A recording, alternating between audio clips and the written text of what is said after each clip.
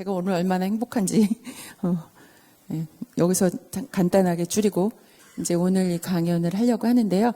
여러 가지 얘기들을 저희들이 이 시간에 할 수 있는데 우선은 뭐 이론이나 뭐 원리나 이런 것보다는 제가 그동안 해왔던 작업들 를 중심으로 이런 것들을 왜 하게 됐고 어떤 식으로 했고 근데 이것이 현장에서 어떤 변화나 반응이 있었고 이런 것들을 조금 더 먼저 말씀드리고 그리고 나서 여러분들이 현장에서 갖고 계신 어떤 비슷한 고민이나 풀리지 않는 그런 것들이 있으면 저희 교수님하고 같이 이렇게 좀 이야기를 해보면 좋을 것 같습니다. 저는 2009년까지 2006년까지 거의 뭐 말로는 되게 신실한 척 했지만 거의 썬데이 크리스찬 수준의 방송 작가였고 방송 작가 중에서도 그 굉장히 돈 안 되고 힘든 역사 다큐멘터리 작가를 KBS에서 오래 했기 때문에 옆을 돌아다볼 틈이 별로 없었어요. 그런데 이제 역사 다큐를 하면서 문화재 다큐도 같이 하게 됐는데 그걸 하려면 전국을 다녀야 돼요. 그래서 전국을 많이 다니고 그다음에 뭐 그곳에 가고 싶다라든지 그런 현장 프로그램을 많이 했기 때문에 현장에 나가게 되면 이제 두 가지를 깨닫게 돼요. 우리나라에 있는 유교 유산과 불교 유산은 국가 재정으로 보존을 합니다. 그리고 천주교 유산은 하나의 교단으로 이제 여러 가지 예산 운영이 편리한 천주교 교단에서 굉장히 아름답게 잘 곳곳의 명소로 잘 보존을 하고요. 기독교 유산 중에서도 뭐 그나마 감리교 교단 정도는 그 하나의 교단으로 모든 것들을 이제 잘 관리하고 계시기 때문에 감리교 관련된 유적 일부가 잘 보존이 되어 있어요. 그런데 제가 그 역사 다큐를 하러 뭐 어디 유명한 사찰이나 뭐 왕릉이나 이런 데 갔다가 돌아오는 길에 보면 정말 제가 보기엔 굉장히 중요한 기독교 유적인데 그 유적이 거기에 있다는 것도 교회들이 잘 모르고 그다음에 그것이 있어도 그 지역에 있는 교회들이 그거를 돌아볼 여력도 없고 그리고 그것이 어떤 가치가 있는지도 잘 모르고 그런 거를 제가 깨닫게 됐어요. 근데 그게 뭐 제가 밥 먹고 사는데 별로 관계가 없고 뭐 그다음에 제가 별로 신실한 크리스찬도 아니고 뭐 언젠가 교회에서 알아서 하시겠지라고 생각을 하고 지나쳤는데 그게 한 10년 가까이 되도록 그 유산들이 그대로 버려져 있다는 거를 이제 알게 되고 뭐 아는 게 병이라고 일단 아는 놈이 먼저 뭔가를 좀 해보자 이런 생각 때문에 이제 할 수 없이 이제 이런 데 신경을 쓰게 되고 이거를 이제 하기 시작을 했습니다. 그래서 다양한 여러 가지 일들을 하게 됐는데 그것들을 제가 조금 분야별로 나눠서 여러분께 말씀을 드리려고 합니다.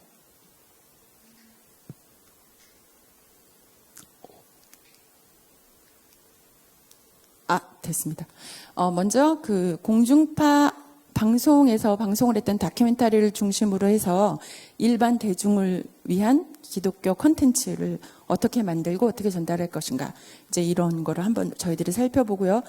그 다음에 이제 청소년들을 위해서 사실은 쓰기는 했는데 초신자 특히 중년 남성분들이 되게 좋아하시는 좀 스토리텔링 성경 통독책 그런 컨텐츠 개발에 관한 부분 그 다음에 이제 기독교인이지만 자기의 신앙에 대해서 다시 한번 돌이켜보고 점검하고 싶어 하시는 그런 신실하신 그러나 방법을 찾지 못해서 좀 고군분투하고 계시는 그런 일반 기독교인들을 위한 컨텐츠 요 세 가지 분야에 대해서만 좀 먼저 시간이 제한되어 있으니까 저희들이 한번 같이 살펴보도록 하고 제가 그것을 어떤 식으로 개발을 했고 그런 것들을 좀 알아보도록 하겠습니다. 간단히 먼저 소개를 드리면 저희 회사는 2009년에 설립이 되어서 뭐 있는 둥 마는 둥 아무 일 없이 하다가 2012년에 거의 반강제적으로 외부에 의해서 법인으로 만들어졌어요. 이 당시에 저는 이제 이 회사를 가능한 빨리 없애려고 생각을 했었기 때문에 개인 사업자는 없애기가 쉽거든요. 근데 법인이 되고 나니까 이게 없애기가 참 쉽지가 않아요. 법인은 사람처럼 법적인 사람이라서 죽이려면 굉장히 힘들거든요. 그래서 죽일 수가 없게 돼서 이제 이 회사를 계속 갖고 있었는데 그때부터 이제 제가 원하는 아이템이 아닌 다른 아이템들이 외부에서 계속 이제 들어오는 거죠. 주로 목사님이나 교회 신실하신 성도님을 통해서 이거를 많은 사람들에게 알렸으면 좋겠다라고 저에게 이제 압박을 하시는데, 그때마다 제가 내거는 조건은 딱 하나예요. 이것과 이제 뭐 예를 들면 뭐 어떤 아이템을 했으면 좋겠다라고 얘기를 하면, 내가 이것보다 더 좋은 아이템을 서너 개를 같이 KBS에 기획안을 내겠다. 그래서 이거를 만약에 KBS가 선택하면 내가 만들고, 선택하지 않으면 난 만들지 않는다. 이렇게 딱 전제를 하고 그 아이템을 이제 KBS에 가져가면, 크리스찬도 아닌 그 담당 CP가 항상 그분들이 만들어 달라고 하는 그 재미도 없고 어려운 아이템을 하자고 하세요. 그러니까 제가 한 말이 있으니까 그 말을, 이제 그 아이템을 안 만들 수가 없겠죠. 그래서 그렇게 해서 만든 아이템이고, 저희 제작사는 그런 기독교 콘텐츠만 만들기 위해서 중보 기도자들이 엄청나게 기도를 하면서 반강제로 만들려고 한 회사이기 때문에, 저희가 만든 모든, 저희가 기획한 모든 아이템은 복음을 전하기 위해서, 복음을 일반 공중파 방송을 통해서 전하기 위해서 만들어지고 이제 기획이 되어졌습니다. 그래서 이제 이런 얼굴들이 이제 저희 제작사를 많이 거쳐갔는데, 전원이 크리스찬이고 또 크리스찬이 아닌 친구들이 들어오기는 하지만 그 사람들이 나중에 크리스찬이 되기도 하고, 그 다음에 일반 방송을 통한 복음 전파를 목적으로 해서 이 제작사가 설립이 되었습니다. 그래서 저희들이 이제 그 컨텐츠와 방송 영상물 제작과 컨텐츠 개발하는 거를 이제 사업의 그 주 종목으로 했기 때문에, 저희가 그 교계 안에서 많은 재능 기부 프로그램도 많이 하고, 영화도 하고, 책도 만들고, 그 다음에 가끔 뭐 다큐하다가 만난 이제 정부 기관이나 대학 같은 데서 홍보 영상이나 TV 스팟을 만들어 달라 그러면 이제 이런 것도 만들어 주긴 하지만, 이거는 다 제가 기획한 게 아니고, 이걸 해서 좀 돈을 벌면 나중에 컨텐츠를 만들 때 도움이 될 것 같다라고 저희 스태프들이 다 오케이를 하면 그거를 만들기로 해서 이제 만들어서 저희들이 제작비를 확보해서 다음 이제 컨텐츠를 하곤 했습니다. 저희가 만든 다큐멘터리가 2012년부터 2024년까지 거의 매년 2편에서 3편 정기적으로 만들어서 방송을 했고요. 제작한 모든 프로그램은 딱 한 편만 빼놓고 다 KBS의 다큐온이나 다큐공감, 그다음에 무슨 3.1절 특집 이런 식으로 굉장히 프라임 타임 때 방송되는 다큐로 방송이 됐고, 기획한 콘텐츠 100%가 다 그 기독교 콘텐츠였어요. 여기서 이제 가장 그 노골적인 아이템 중에 하나가 9번째 지능이라고 하는 건데, 하버드 대학교에 있는 한 교수가 그 다중지능에 관한 굉장히 그 논문으로 굉장히 유명한 사람인데, 그 사람을 통해서 이 9번째 지능이 처음 언급이 됐어요. 그래서 이 9번째 지능을 다른 말로 하면 영성 지능이에요. 근데 이 영성 지능은 일반적인 영성 지능을 말해서 이 사람이 연구를 하다 그걸 중단했는데, 그거를 중단한 그 연구를 계속한 사람이 한국인 하버드 대학교 최연소 교육학자인 어느 목사님의 딸이었어요.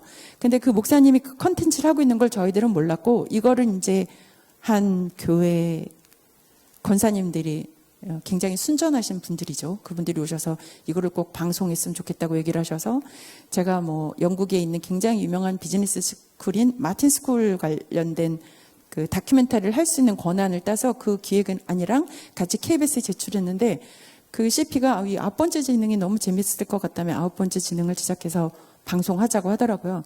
그래서 이거를 방송을 했고, 여기 이 다큐는 출연자 전원이 크리스찬이에요.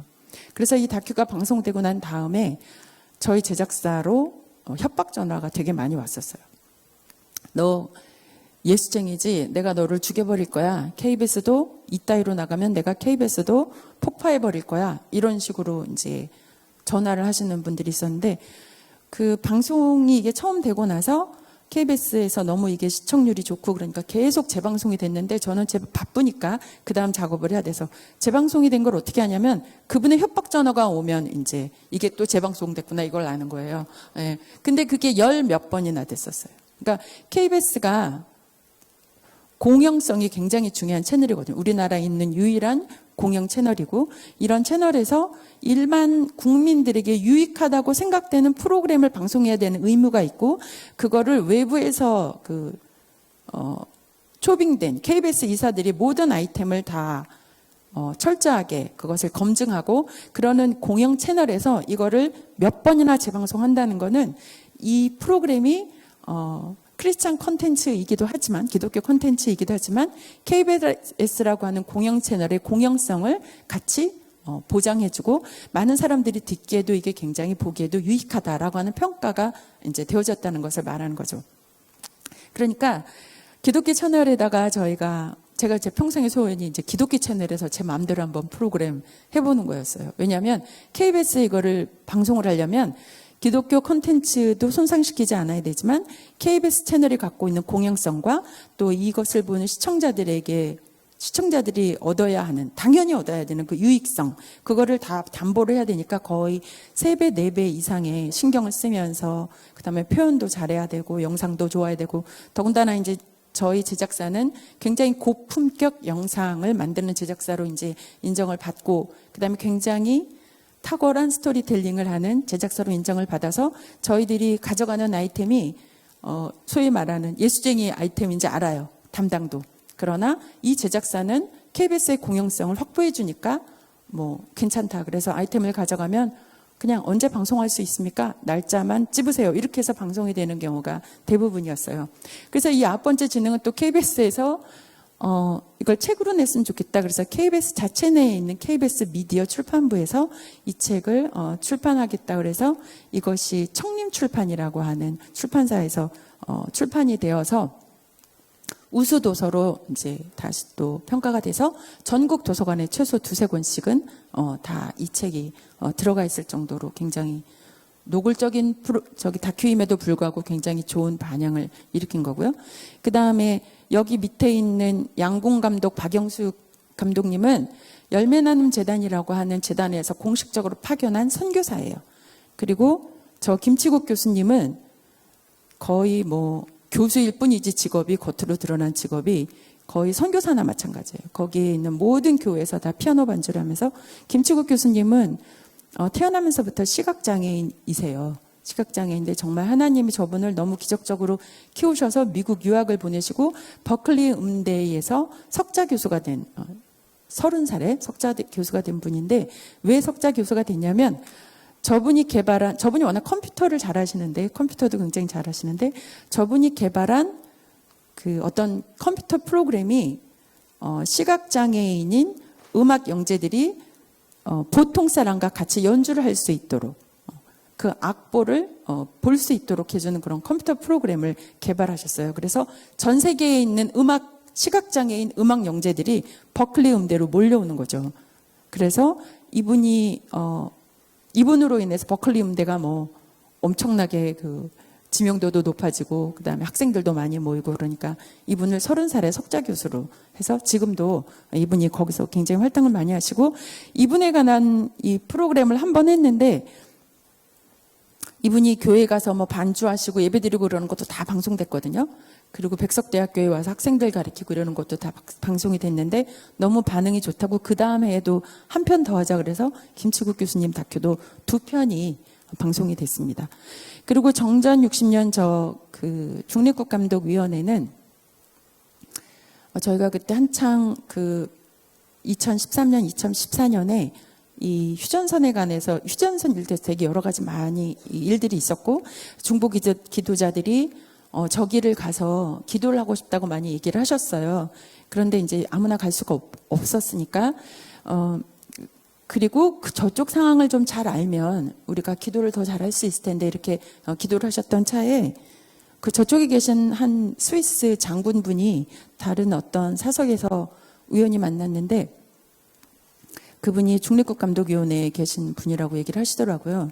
그래서 제가 그냥 미친 척하고 가서 내가 당신들이 여기에서 60년 동안 우리나라 군사 분계선을 지켜줬다고 한국 국민들에게 이야기해도 되겠느냐 이렇게 물어봤더니 너는 누구냐 이렇게 물어보시더라고요. 그래서 나는 역사 다큐멘터리 작가로 휴전선의 서부전선 끝부터 동부전선 끝에 있는 모든 GOP를 다 갔던 유일한 민간인 여성이다.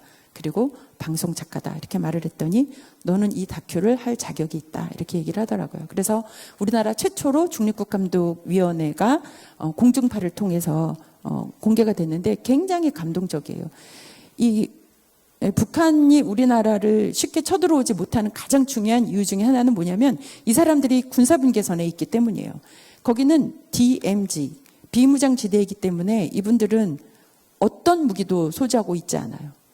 근데 이분들이 계급이 어떻게 되냐면 투스타, 대령, 중령 이런 사람들이 각국에서 5명씩 와서 거기에서 그냥 2년, 3년씩 사는 거예요. 그러니까 거의 인간 볼모나 마찬가지죠. 이분들이 이런 식으로 2년, 3년 교대로 계속 60년 동안 거기를 지키고 있다는 것이 물론 우리 군인들이 휴전선과 전선에서 지키는 그런 수고도 있지만 이 사람들이 여기에 있음으로 인해서 얻어지는 평화의 그 퍼센테이지가 굉장히 크거든요. 그래서 이분들이 거기에서 그렇게 살고 그다음에 북한에서 조그만 어떤 그런 요동이 있으면 이제 긴급 이제 무기가 없으니까 땅굴로 이제 숨는 그런 장면들 거기에서 이제 그 아무도 알아듣지 못하는 스위스 독일어로 은어로 서로 대화를 하면서 비상사태에 대비하고 어떻게 탈출할 것인가 이런 것들을 논의하는 그런 장면들을 통해서 이 나라의 평화가 어떻게 지켜지는지를 이제 우리가 알게 되고 그래서 중보 기도자들이나 교회들이 더 많이 기도를 할 수 있게 되고 이것도 굉장히 반응이 좋아서 그 2부작으로 그 다음 해도 다시 방송이 됐어요. 그리고 여기에 있는 모든 아이템 이거 다 뭐 이 땅끝마을 지구촌 오지에 내 친구의 집이 있다는 그 인천에 있는 뉴욕 주립대학교 학생들의 해외 봉사 활동에 관한 건데 여기 총장님이 교회 장로님이세요. 그래서 장로님이 우리 학생들이 이렇게 하나님의 마음으로 나가서 봉사활동하는 거를 다큐로 방송하고 싶다. 그래서 이거를 또 저는 미친 척하고 뭐 KBS에 가져갔더니 KBS에서 뭐 괜찮다고 하자고. 그 왜 괜찮다고 하는지 잘 모르겠어요. 그래갖고 그걸 또 방송을 했고요. 이것도 뭐 엄청나게 재방송 많이 됐고요. 그 다음에 감사가 뇌를 바꾼다. 저것도 지금 저랑 같이 일하고 있는 이제 KBS의 그 권영만 감독이라고 하는 분이 뭐 아는 분이 있는데 이거를 뭐 방송을 했으면 좋겠다고. 그래서 그 감사가 뇌를 바꾼다는 게 말이 안 되잖아요. 예. 그런데 실제로 이 감사가 뇌를 바꾼다는 거를 그 뇌과학적으로 뭐 여러 가지 것으로 이렇게 입증을 하는 분들이 계시고 이때 8군단에서 군대에서 감사운동을 해서 그 부대가 얼마나 많이 바뀌었는지 이런 것들을 또 하고 계신 분들이 계시더라고요. 그분들이 다 장로님, 집사님 막 좀 이상한 그 장로님들 그런 분들이어가지고 이것도 KBS에서 방송이 됐는데 이게 외국에서 방송이 돼가지고 이 프로그램이 영어로 번역이 돼서 외국에서 저한테 그렇게 많이 와요. 그러니까 외국에서는 이런 감사라든가 이런 것이 굉장히 그 공감을 많이 하고 또 어떤 미국이나 이런 데서는 기독교가 좀 더 그 넓은 베이스 안에 깔려있기 때문에 아 한국에서 이런 좋은 걸 하냐고 한국교회가 너무 자랑스럽고 부럽고 막 이렇게 얘기를 해서 저희 조연출이 미국을 이거 같이 만들 때 했었던 저희 조연출이 지금 이제 미국에 있는 프로덕션에서 영화 감독을 하고 있는데 그 친구가 어떤 사람이 자기한테 와서 그 얘기를 하더라는 거예요. 너 한국에서 혹시 방송된 이 다큐를 아니 내가 그 다큐를 보고 너무 감동을 받았고 우리 교회에서 이걸 하려고 하는데 너 혹시 이 다큐를 제작한 사람을 좀 연결해 줄 수 있냐 그렇게 얘기를 하더라는 거예요. 그래서 내가 그거에 조연출을 했다라고 얘기를 하고 그 교회에 가서 그런 이제 감사 운동에 대해서 얘기를 하고 이런 것들을 일반 사람들에게 하는 분들이 다 교회 장로님들이세요. 이 프로그램을 하시는 분들도 뭐 이것도 그랬고 그다음에 저 $2의 우정은 저것도 뭐 하여튼 뭐 어떻게 누구를 만나서 하여튼 뭐 이걸 해달라고 해서 이제 할 수 없이 KBS 가져갔더니 뭐 KBS도 CP가 너무 좋다 그래서 하자 그래서 할 수 없이 했는데 이 $2의 우정은 한국 전쟁 때 가평 지역에서 굉장히 치열한 전투가 있었는데 그 가평 지역에서 그 치열한 전투 중에도 천막에서 공부하는 아이들을 미국인 크리스찬이 보신 거예요. 그래서 그분이 이 아이들에게 학교를 지어주겠다고 이분이 이제 미국 캘리포니아에 있는 40 보병 연대의 대령이셨는데 이분이 그 전쟁 중에 자기 본부로 가서 한국의 그 가평 땅에 있는 아이들에게 학교를 지어줘야 되는데 돈을 좀 달라. 그러니까 이제 본부에서 이 정신 나간 대령을 빨리 이제 한국으로 보내긴 해야 되겠는데 어떻게 해야 될지 모르겠으니까 그 당시에 그 미 40 보병 연대 인원이 15,000명 정도 됐대요. 그러면 그 빨리 학교를 짓기 위해서 우리가 다 각자 $2를 내자. 그래서 모든 장병들이 $2를 내니까 한국에서 싸우고 있는 전선에서 싸우고 있고 자기 옆에서 자기 전우들이 죽는 그런 각박한 현장에 있는 모든 일선에 있는 40여 대 보병들이 다 $2씩 낸 거예요. 그래서 그 $2씩 낸 돈으로 가평에 학교를 지었고 그 학교가 바로 가평 고등학교고 그 매년 장학금을 주러 지금도 그 베테랑들이 오고 베테랑들이 다 이제 돌아가시고 나니까 40 보병연대 그 연대장이 또 오세요. 근데 그 장학금이 얼마냐면 우리나라 돈으로 100만 원이에요. 그 100만 원을 전달해 주려고 지금도 와요. 60 몇 년 동안 오고 이거를 주도했던 그 클리포드라고 하는 대령은 이 아이들을 돕기 위해서 자녀를 낳지 않았어요. 자기에겐 너무나 많은 아이들이 있다. 그래서 그 부인이랑 자녀를 낳지 않고 자기들이 받는 모든 돈과 연금을 이 아이들을 위한 돈으로 쓰다가 남편이 돌아가시고 그러고 나서 20년 동안 부인이 오셔서 매년 장학금을 전달하시고 학생들을 미국으로 초대하고 이런 식으로 하시다가 20년 있다가 돌아가시고 그러고 나서는 이제 그 40년대 보병대대의 그 연대장이 오시는 거죠. 다 크리스찬이에요. 그리고 그게 다 나와요. 프로그램에. 그럼에도 불구하고 하나님의 마음 안에서 세상을 섬기는 이 사람들의 그런 아름다운 모습이 탁월한 영상과 또 설득력 있는 스토리텔링을 통해서 만들어졌을 때 공중파에서 그거를 주저없이 튼다는 거예요. 그리고 이거는 무슨 저희 제작사는 사실 사무실도 없는 제작사인데 우수 제작사상까지 받아서 30도 안 된 PD가 40살이 넘어도 받기 어려운 그 우수 PD상을 받기도 했어요. 물론 이 프로그램은 그 PD가 다 찍고 카메라 4대를 갖고 다니 다 찍고 모든 촬영을 직접 다 하긴 했어요. 그럼에도 불구하고 사실 그 어린 PD에게 주기에는 너무 큰 상이죠. 그러나 하나님이 그 수고하는 사람들을 그렇게 다 하나씩 챙기셔서 저희들에게 큰 기쁨을 주신 그런 거였습니다. 그리고 뭐 이건 다 아시겠지만 이거는 이제 윌리엄 스크랜턴은 감리교에서 파송한 의료 선교사고 이화여대를 세운 메리 스크랜턴의 아들이고 이분에 관한 다큐만 JTBC의 성탄절 특집으로 방송이 됐고요. 특히 저 마포3렬에 관한 130년간의 한국사랑이라든지 그 다음에 어느 독립운동가의 부전자전기 이런 거는 3.1절 특집 다큐로 선교사임에도 불구하고 3.1절 특집 다큐로 방송이 됐고 특히 이제 마포3렬 같은 거는 KBS 창사 특집 일날, 그러니까 KBS 창립 기념일날 기념으로 KBS에서 만든 우수 다큐를 4편 정도를 하루 종일 방송하는데 거기에 하나에 뽑혀서 방송이 될 정도로 굉장히 이상한 일이죠. 네, 그렇게 해서 됐고 지금도 그 아주 감동적인 다큐멘터리로 많이 PD들 사이에서 회자가 되고 있는 그런 프로그램입니다. 제가 이걸 만들 때는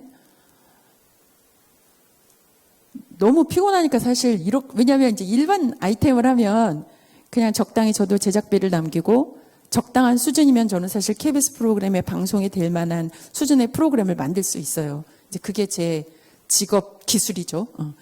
그럼에도 불구하고 이게 이제 교계 다큐니까 엄청 피곤해요.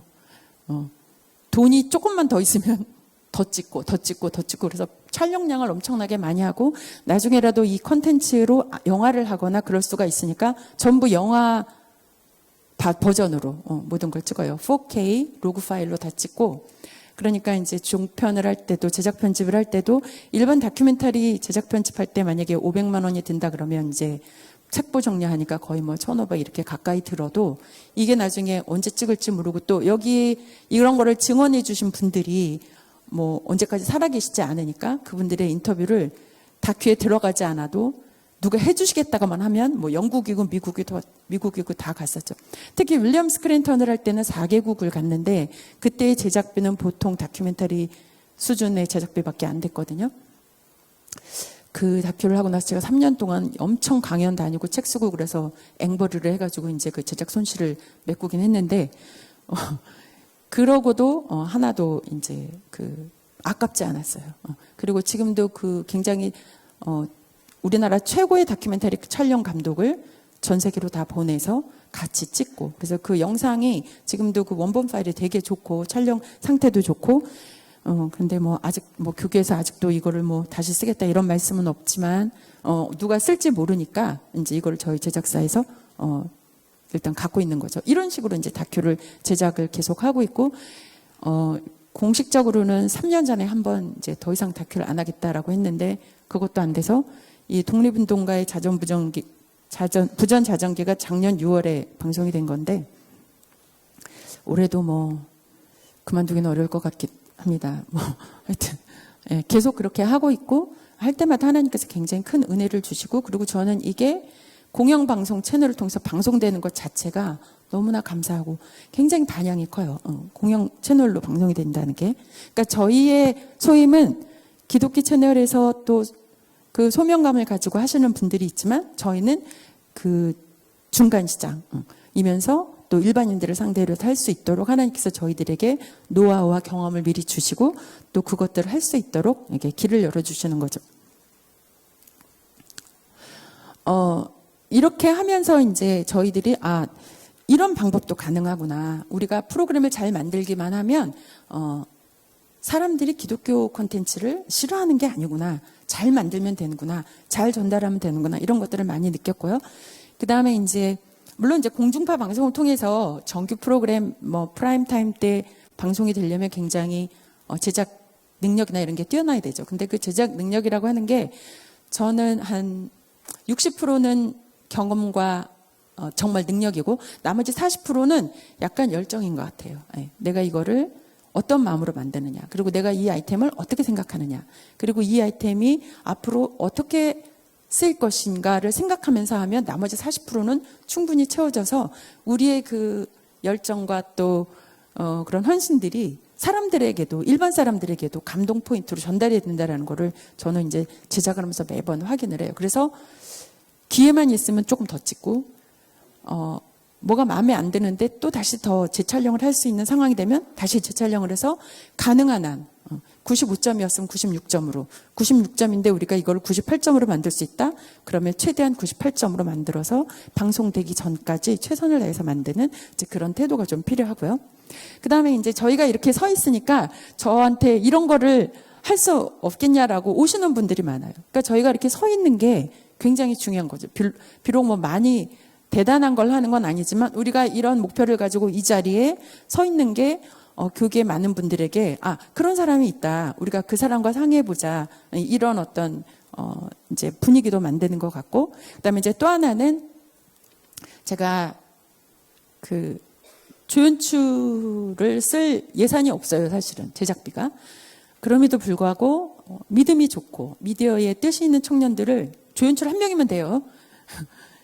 그런데 이제 2명, 3명을 동시에 같이 하죠.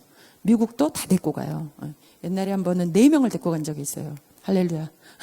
4명을 데리고 갔고 지금도 그 청년들이 그 하버드대에 가서 같이 촬영하고 거기에 있는 사람들하고 얘기하고 그런 기억들을 지금도 얘기하고 그런 것들이 바탕으로 해서 어디를 가더라도 이렇게 위축되지 않고 할 수 있다. 하나님이 이걸 하게 하신다. 이런 것들을 아주 어린 나이부터 저는 이거를 40 넘어서 이쪽에 들어섰지만 그 청년들이 20대 때 그런 경험을 하고 제가 확인한 거를 같이 확인한다는 거는 우리나라 교계의 미래에 굉장히 큰 자산이기 때문에 그런 청년들을 많이 같이 작업을 했고 그 청년들하고 일을 하면서 되게 행복했어요. 그래서 그 중에 이제 믿음이 없는 사람들도 있었지만 대개는 정말 하나님을 너무너무 사랑하는 청년들이었고 그런 청년들을 통해서 같이 이 길을 이렇게 뚫고 나가는 이제 그런 기쁨도 있었던 것 같아요.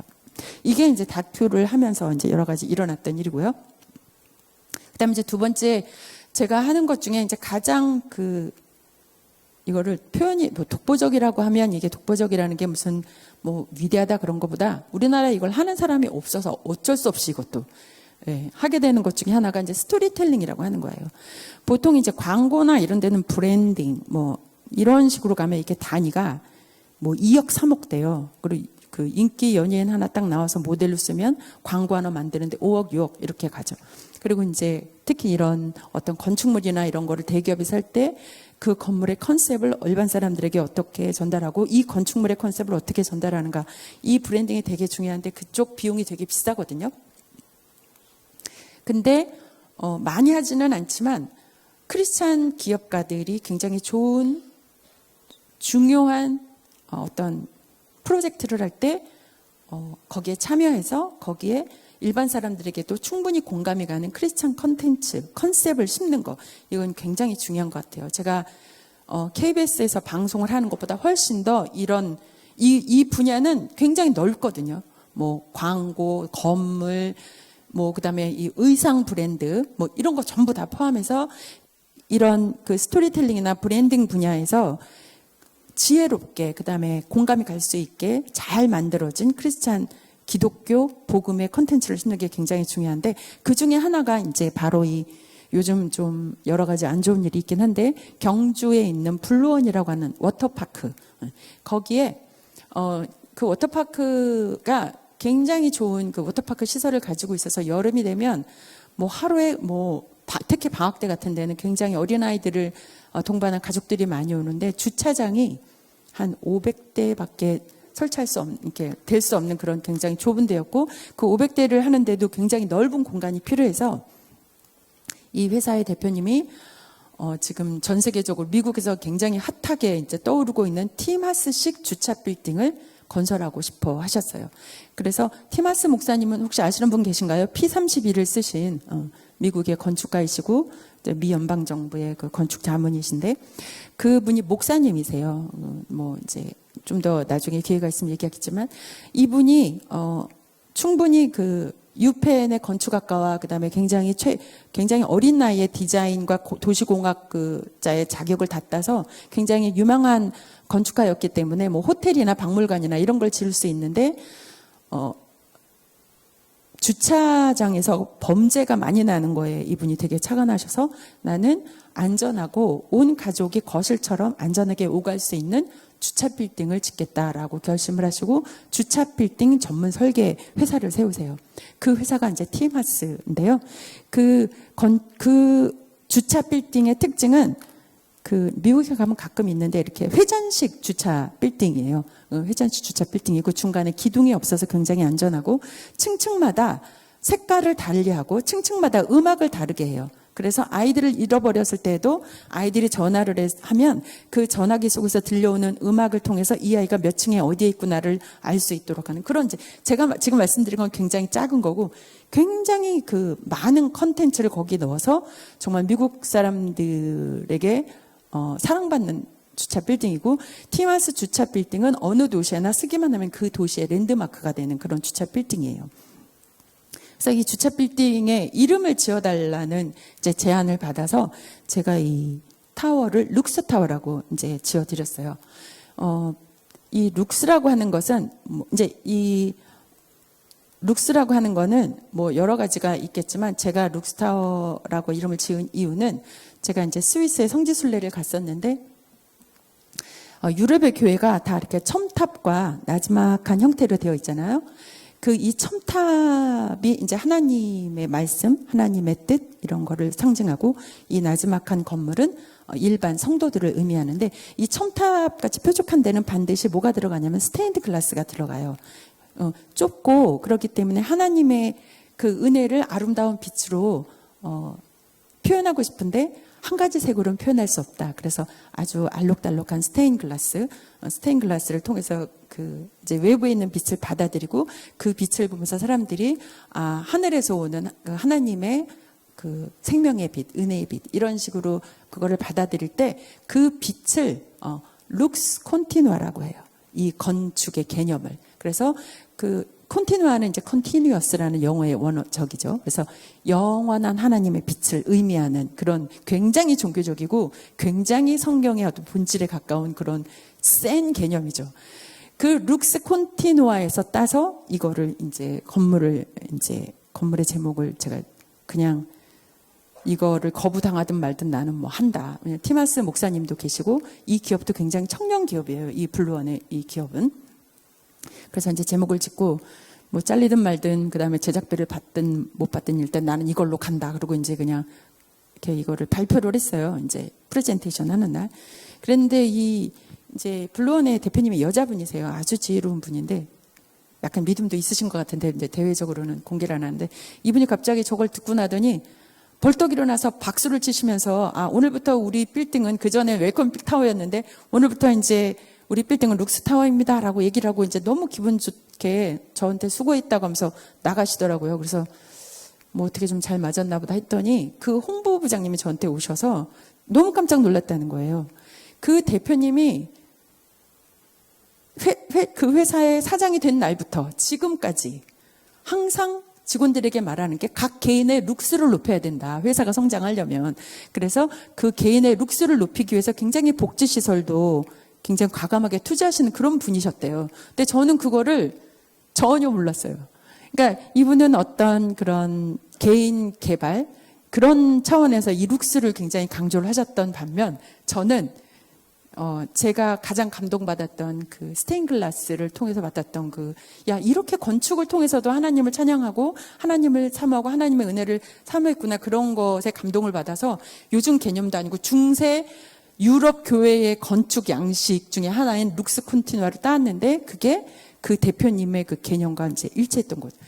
이거를 연결하는 거는 하나님이시죠. 그러나 제가 그거를 믿음으로 그걸 했을 때 저는 너무 깜짝 놀랐어요. 그래서 지금도 이 룩스 콘티누아는 경주 블루원에서 가장 사랑받는 건물이고 이 건물을 나중에 한번 가보시면 알겠지만 이 티마스 목사님이 또 너무 그 복음적으로 이거를 잘 설계를 하셨어요. 그래서 한번 가보셨으면 좋겠고 이런 식으로 저희가 이제 보통 사람들도 역사에 나오는 그런 많은 사람들이 공감할 수 있는 개념을 아주 공감 사람들이 할 수 있도록 이런 개념들을 심는 그런 노력들이 굉장히 필요해서 이런 작업들을 많이 하고 있어요. 이거는 이제 그 중에 하나이고요. 그 다음에 이제 또 하나는 잠깐만요.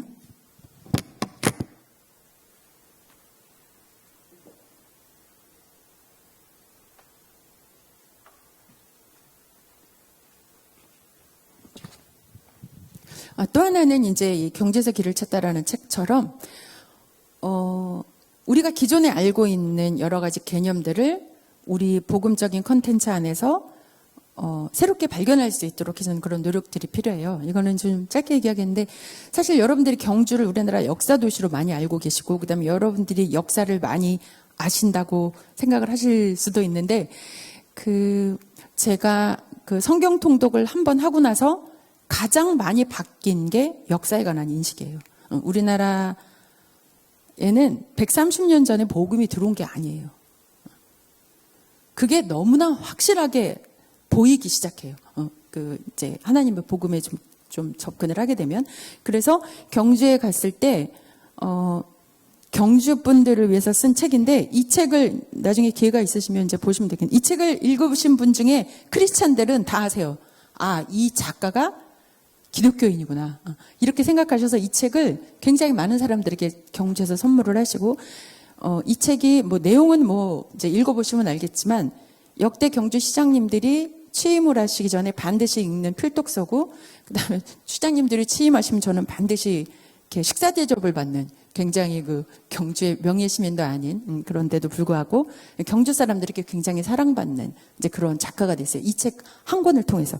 근데 이제 물론 이 책에 관한 얘기를 길게 할 수는 없지만 이런 식의 컨텐츠를 통해서 그 경주에 있는 분들을 위로하고 하나님이 우리에게 주신 사랑의 그런 마음을 더 경주에 계신 분들을 위로하고 경주에 계신 분들이 전 경주 분들 되게 좋아하는데 그 역사적인 집적도가 높아서 도시가 굉장히 똑똑하세요. 근데 이분들이 문화재 때문에 땅도 못 팔아 집도 못 지어 그러니까 엄청 우울하신 거예요.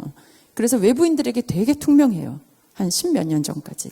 그래서 경주가 수학여행도 망하고 다 망하고 있었을 때였는데 여러분들이 태어난 이 도시가 얼마나 아름답고 역사적으로 얼마나 중요한 역할을 했고 여러분들이 얼마나 큰 특혜를 누리고 있으며 이런 것들을 알게 해주고 그러므로 여러분들이 여기를 찾아오는 외부인들에게 어떻게 해야 되는지 여러분들의 선조들은 외부에서 찾아오는 사람들에게 어떻게 했는지를 역사적인 근거를 다 찾아서 그분들에게 설명을 해드리고 사실은 경주 시민들을 위로하기 위해서 이 책을 쓴 거예요.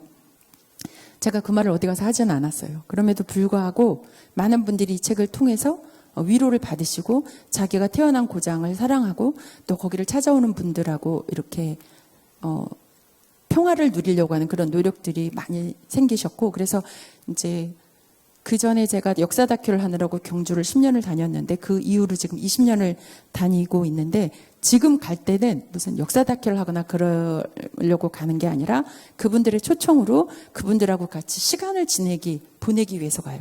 그러니까 그분들에게 저는 그냥 같이 있었으면 좋겠는 사람이 된 거예요. 이 책 한 권으로. 저분은 왠지 나를 위로해주고 저 사람은 왠지 경주에 사는 우리의 아픔을 알아주는 사람, 그런 사람이 되는 거죠. 이런 컨텐츠 하나로. 그게 이 책 한 권이라는 게 별거 아닌 것 같은데도 그런 놀라운 변화가 생기는 거를 보고 정말 컨텐츠의 힘이 크구나. 그다음에 우리가 똑같은 역사적인 어떤 그런 책이지만 컨텐츠를 다룰 때 어떻게 다뤄야 되겠는가. 물론 제가 역사적인 사실을 왜곡하거나 그러진 않았어요. 똑같은 역사적 사실을 썼음에도 불구하고 제가 쓰는 스토리텔링의 순서나 끝과 중간과 결론이 달라지는 거죠. 여러분들이 한번 읽어보시면 아마 아실 거예요. 그래서 이런 작업들도 굉장히 중요합니다. 나중에 한번 그렇게 하시고 그 다음에 이제 두 번째는 제가 아까 말씀드린 그 역사 다큐를 하러 다니면서 보니까 기독교 콘텐츠가 너무나 방치되어 있고 이것들을 어떻게 해야 될지 이제 마음에 부담은 왔는데 어떻게 해야 될지 잘 몰라서 여러 가지를 하다가 요거 전에 여러 가지를 하다가 코리아 바이블 로드라고 하는 그 선교회를 만들었어요. 이제 여기는 저랑 뭐 이런 선교회가 목사님이 계셔야 된다니까 제가 가까이 이제 교제를 하시던 목사님하고 그 다음에 여행사를 하시는 집사님 한 분하고 만들어서 이제 코리아 바이블 로드라는 선교회를 만들어서 전국에 있는 한국 기독교 성지를 조사하기 시작했어요. 조사해서 거기를 어떻게 가고 대중교통은 어떻게 가고 거길 가는데 대략 어느 정도 시간이 걸리고 뭐 요금은 얼마고 누구한테 연락하면 되고 이런 것들을 다 조사해서 이제 다 저희 개인 돈으로 만들기 시작한 거죠. 이렇게 막 만들고 있는데 그 감리교에 계신 본부에 계신 한 목사님이 어느 날 저를 찾아오셔서 그 두란노 소원에서 작가님이 스토리텔링을 잘 하신다고 소개를 해주더라. 감리교 기독교 유적에 대한 책을 한 권 써달라고 말씀을 하시더라고요. 그래서 저희가 조사해 놓은 자료를 보여드렸어요. 그러면서 감리교에서 감리교뿐만 아니라 우리나라 전체 기독교 성지에 관한 유적을 이렇게 조사하시고 그 다음에 이렇게 책으로 만들어냈다. 이게 더 좋지 않겠냐. 그러니까 저에게 주실 원고료는 두란노에게 주시고 왜냐하면 두란노가 이 책이 되게 두꺼워요. 전국에 있는 기독교 성지를 다 조사해서 만든 거니까 그 책을 만들려면 두란노도 돈이 많이 들고 디자인도 많이 해야 되니까 그 책을 두란노에 주시고 이거를 두란노에서 한국 전체 성지 순례 성지를 조사하는 그런 전문 서적으로 내자 했더니 목사님 너무 좋아하셔서 이 책을 저희들이 이제 그 조사한 자료를 저희는 이제 감당할 수 없는 그 돈을 하나님 보내주셔서 그 돈으로 두란노 서원에서 이 책이 나오게 됐어요. 이게 이제 믿음의 땅 순례의 길인데 두란노가 워낙 그 디자인도 잘하시고 그러니까 책이 너무 이쁘게 나왔고 두꺼운 책인데도 조목조목 잘 보기 쉽게 만들어주셔서 이 책도 굉장히 많이 팔리면서 우리나라에서 기독교 성지를 알고 싶어하는 그런 분들에게 굉장히 유용한 콘텐츠가 됐어요. 저희는 그냥 이게 필요해서 일단은 저희 주머니를 털어서 저희가 이제 제작을 하고 뭐 하다못해 뭐 200만 원, 300만 원 남으면 그걸 가지고 또 이런 거를 전문적으로 잘 조사하는 트레일러들이 계세요.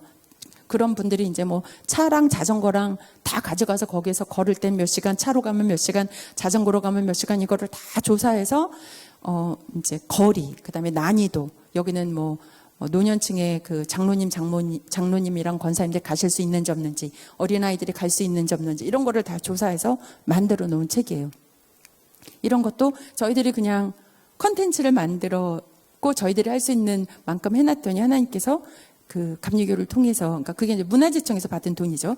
문화재청 돈으로 감리교를 통해서 저희에게 주셔서 이게 이제 두란노랑 같이 또 연결이 되어져서 이게 책으로 나왔고 지금도 이 책이 이제 두란노에서 사실 수 있거든요. 그러니까 이런 식으로 이제 하다가 제가 그 청소년들에 관한 얘기를 많이 듣게 됐어요. 그래서 청소년들에 관해서 뭐가 가장 큰 문제냐고 여쭤봤더니 아이들에게 성경을 읽히는 게 제일 어렵다고 하시더라고요. 그래서 제가 이제 그 성경 통독 책을 하나 이제 쓰게 됐는데, 처음에는 이제 그 두란노에서 이 책을 낼지 어떨지 몰라서 제가 이제 이 책을 쓴 다음에 그 하늘 산책이라고 하는 그 기독교 출판사가 있는데 대표님이 되게 좋으세요. 그래갖고 제가 이렇게 책을 썼는데 이걸 좀 책으로 내줄 수 있겠냐. 그래서 이분이 이제 2012년에 책을 내주셨어요. 제목 되게 와 닿으시죠? 예, 출애굽기 그 다음에 뭐였더라. 왜냐하면 출애굽기까지밖에 읽고 그 다음에는 안 읽으니까 잘 모르잖아요. 그래서 이제 그렇게 했는데 이 책을 두란노 편집본부장이셨던 목사님이 따님 치과에 갔다가 그 딸이 이제 치과에서 치료받고 있는 동안에 앉아 기다리다가 옆에 소파에 꽂혀 있는 이 책을 보신 거예요. 이 출애굽기 그 다음에 뭐였더라. 그래서 제목이 너무 웃겨가지고 이제 내용을 봤는데 내용이 그래도 생각보다 괜찮았다고 생각을 하셨는지 그 하늘산책 대표님과 저희 교회를 통해서 저한테 연락을 하셔서 이거를 성경을 이렇게 그 일정한 기간 동안 읽을 수 있도록 또 목사님이나 전도사님들께서 이걸 활용할 수 있도록 책을 만들어 달라. 그렇게 해서 2013년에 나온 게 이제 틴틴 통독이에요. 이 책이 그 기독교 서적 중에서 청소년 책이 제일 안 팔리는데 한 3만 권 가까이 팔리고 또 우수 도서로 뽑혀서 이것도 많은 교회들이 이 책을 갖고 있고 또 목사님들도 많이 이제 보신 책이에요. 근데 이제 이렇게 좀 잘 만들어 놓은, 저희들은 그냥 컨텐츠를 만드는 게 저희들의 은사니까 컨텐츠를 만들어 놓으면 이게 하나님이 보시기에 좋으시면 이게 이제 일파만파 굉장히 많이 퍼져나가는데 이 책을 제가 이제 미국으로 이민을 가시는 교수님께 선물로 드렸어요. 근데 이제 이분이 한국에서는 서울대 계셨으니까 너무 바빠서 책을 못 읽다가 미국 가서 할 일 없으니까 이 책을 읽었는데 너무 재미있으시다고 하시면서 이분은 불교 신자세요. 네. 이분이 이 책을 영어로 다 번역을 하셔서 아마존에다가 올리셨어요. 그분이 이제 요즘 이 책을 판 돈으로 재밌게 잘 사시는지 이런 건 아직 잘 모르겠는데 이제 지금 한국 오셔서 곧 만나뵐 건데 책을 이제 갖고 오셨다고 하시더라고요. 아니, 저는 이제 이런 과정을 보면서 물론 저희들이 만드는 콘텐츠의 어떤 수준, 뭐 능력, 저희들이 갖고 있는 그런 것도 굉장히 중요하지만 하나님께서 콘텐츠를 얼마나 사랑하시고 그다음에 콘텐츠가 잘 퍼지도록 얼마나 그 경로나 루트나 이런 것들을 다양하게 열어주시는가 이런 것들을 되게 많이 느껴요. 그래서 이 책을 지금은 제가 저 틴틴 통독 책도 굉장히 두껍기 때문에 이제 창세기부터 요한계시록까지 다 있으니까 이거를 이제 8주에 읽는 거거든요. 그래서 8개 책으로 나눠서 지금 이제 다시 제작을 하고 있어요. 그래서 그 목사님들께서도 많이 필요하다고 하시고 그래서 이제 이걸 하고 있는데 아이들이 성경책을 읽는다는 건 생각만 해도 너무 그 가슴 벅차고 기쁜 일이잖아요. 그래서 아이들이 성경 통독을 할 수 있도록 그렇게 했고요. 뭐 이 책을 좀 아는 분들이 있겠지만 되게 아이들 눈높이에 맞춰서 소제목이나 이런 것도 많이 했고요. 저 하나의 소제목 안에도 이제 이런 제목들이 많이 들어가 있어요. 그러니까 아이들이 좀 보고 공감도 하고 또 재미있게 읽기도 하고 이런 것 같아요. 그래서 이제 이런 컨텐츠가 있었고 두 번째는 아이들 요즘 교회에 아이들이 오지 않고 그다음에 교회 안에서 아이들에게 뭔가 여러 가지 프로그램을 하는 게 약간 한계도 있고 그래서 제가 이제 성지순례를 전국에 있는 성지순례를 계속 도보로 종주를 하고 있는데 그 아이들을 위한 성지순례 매뉴얼을 만드는 게 좋겠다. 왜냐하면 아이들이 밖에 나오면 되게 이제 여러 가지 프로젝트를 게임처럼 하면서 즐길 수가 있기 때문에 청소년을 위한 매뉴얼을 만들기 시작했어요. 근데 이게 굉장히 힘들고 아이들이 봐야 되니까 디자인도 예뻐야 되고 제작비도 많이 들고 그래서 아직 많이 하지는 못했는데 한 8개의 그 성지를 대상으로 저희들이 매뉴얼을 만들어서 이미 전국 교회에 무료로 다 배포를 해드렸어요. 근데 한 번도 저한테 문의가 온 적은 없더라고요. 그렇게 만들어서 배포를 했는데 그래서 여기 계신 분들께 제가 좀 샘플을 보여드리려고 프린트를 해왔거든요. 그래서 저희 조윤출이랑 저희 학생이랑 조금씩 나눠드릴 테니까 저 한번 보시고 얘기를 들어주시면 좋을 것 같습니다. 네, 시간이 별로 없어서 네. 아이들의 그러니까 그 성지 순례라고 하는 게 저희가 여행하고 다르잖아요. 그래서 여행과 순례를 정확하게 알 수 있도록 일단 컨셉을 잡았고요. 그 다음에 성지 순례를 통해서 물론 성지에 대해서 알고 이러는 것들은 여러 가지 프로그램 같은 거를 통해서 알 수 있지만 성지 순례를 통해서 1번 공동체의 소중함에 대해서 알 수 있도록, 두 번째 불강력적인 상황이 발생했을 때 그것을 믿음으로 함께 그걸 헤쳐나가는 그런 훈련들도 같이 겸할 수 있도록 해서 저희들이 이제 프로그램을 만들었는데요. 일단 저희들이 그 각 성지를 다 이제 전국의 그 성지, 기독교 성지 제가 대충 도보로 할 수 있는 거를 이제 계산을 많이 해봤는데 한 800km 정도 되는데 제가 그 중에 한 500km 정도를 도보로 이미 종주를 했어요. 그리고 저희 팀은 매년 한 번 내지 두 번 이제 도보로 각 지역으로 이제 성지순례를 다니고 많은 교회들을 만나고 각 교회에 가서 갖고 계신 여러 가지 너무나 소중한 자료들을 많이 받고 그런 관련된 것들을 글로 써서 여러 가지 기독교 전문지에 연재도 많이 하고 저희 코리아 바이블 로드 홈페이지에도 제가 바빠서 뭐 업데이트는 많이 못하지만 그동안 썼던 그런 것들을 다 업로드를 해놓고 사진도 다 제공을 하고 있어요. 이 아이들에게 필요한 모든 현지 사진도 제가 다 이미 공유를 했어요. 잘 쓰시는지 어떤지는 잘 모르겠는데 이런 식으로 저희가 이제 프로그램을 만들고 그다음에 순교자의 서약이라는 걸 출발하기 전에 읽고 그다음에 이제 어디를 가게 되는지를 저희들이 다 저렇게 지도로 디자인을 해서 아이들이 보기에 예쁘게 그렇게 만들어 놨고요. 그다음에 순례가 좀 약간 무시무시해요. 그래서 저희 교회 청소년부 아이들이 갔다 오고 나서는 제가 멀리서 보여도 도망을 가요. 제가 너무 무섭기 때문에. 보통 한 20km에서 30km 정도를 아이들이 걸으면서 종주하는데 1km 단위로 미션을 수행해야 돼요. 그리고 들어가기 전에 엽전을 나눠줘요. 엽전. 상평통보 엽전. 그래서 그 엽전을 가지고 미션을 해결하면 이제 그걸 안 뺏기고 지나가는 거고 이제 미션 해결 못하면 돈을 다 뺏어요. 그래서 이제 저의 목적은 마지막 제일 어려운 미션이 끝나기 전에 그 돈을 다 뺏는 거예요. 그러고 나서 아이들이 그 상황에서 그걸 어떻게 해결하는지 그런 것들을 이제 아이들에게 가르치는 거죠.